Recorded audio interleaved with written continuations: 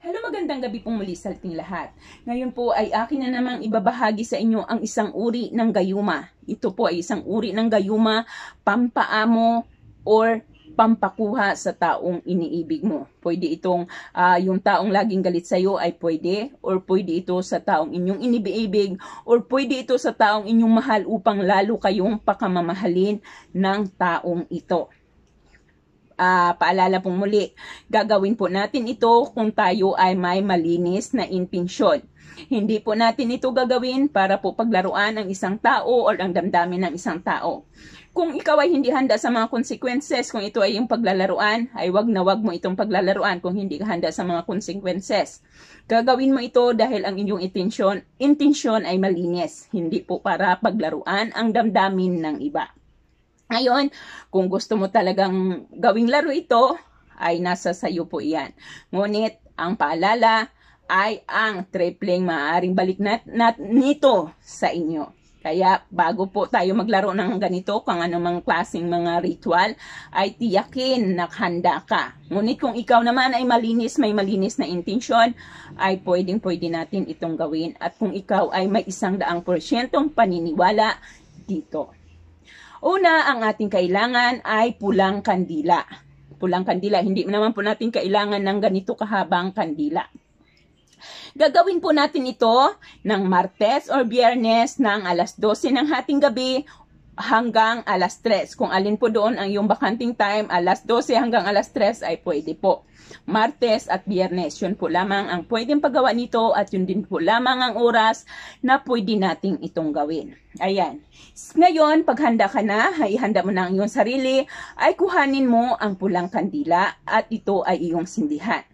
Pagka nasindihan na ito, ay ilagay mo ito sa inyong harapan at saka ka magdasal, manalangin, magdasal ka ng isang Ama namin at saka isang sumasampalataya ako hanggang sa ipako sa cross. Pagdating po sa sumasampalataya ako ay hanggang sa ipako sa cross po lamang. Pagkatapos ay isunod mo ang ating orasyon. Narito ang ating orasyon na ating dadasalin. Makinig na mabuti, ngunit ilalagay ko rin po ito sa ating description box. Narito po ang ating orasyon. Anel, ihi, uwak, budak, ekam, meset, salva, laray, kaval, adok, zayoks, pendestes, die, ijitibos, ilijihitibos, kurom, omonsyon, baday, Maria. Ulitin po natin. Inyel, ihek, uwok, budok, ikiwam, ikam, meset, salva, laray, kaval, adok, sayoks, pendextex, dre, elihetibos, kurom, umonsyon, baday, Maria. Ayan po ang ating orasyon. Isusunod mo naman ngayon ang iyong kahilingan. Yung kahilingan na galing sa iyong puso. Pagkatapos po ng iyong kahilingan ay saka naman natin usunod ang ating pangalawang orasyon. Narito ang ating pangalawang orasyon. Jesus oratek. Jesus oratek. Salvarnos. Rehes miseriatom. Niom do. Crosses domino quo. Beset. Adonai. Jehovah. Aha. Jeshrokel. Heroda. Ayan po. Ngayon, muling banggitin ang iyong kahilingan. Kahilingan muli at saka isunod ang isa pang orasyon. Pitat, matat, alfasom, panes, abifap, abikom, datam, baskom, bel, berelios, berelium, nabertas, rex pakem, queset, Quiyos, Ikuderom, Sangtri, Kristom, Igosom. Ayun po, tagi-isang beses po lamang natin itong bigkasin.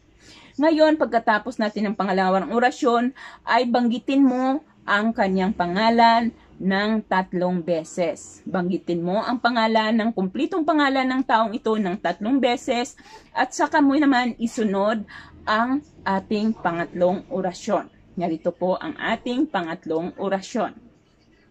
Dagnes compribabet, super omnia, igosom, hom, sabatane, hos, sumaakin ka, sanctra,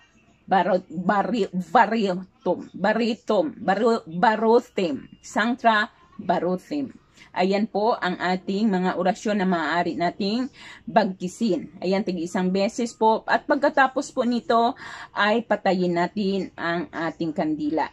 Maaari mo itong ulitin kung sa tingin mo ay walang nangyayari or hindi tumatalab ang inyong unang ginawang gayuma or pampaamo. Ayan po lamang sa inyong mga katanungan. Sa inyo pong mga katanungan ay ipalo po ninyo kami sa aming Facebook page na Finais at Love. At sa mga disclaimer po tayo sa mga taong hindi naniniwala dito ay hindi po namin kayo pinipilit, hindi po namin kayo sinasabing gumawa kayo nito, gawin nyo ito dahil kayo po, kung kayo po ay walang tiwala at nagtatatawa lamang po kayo ay sinisigurado ko po sa inyo na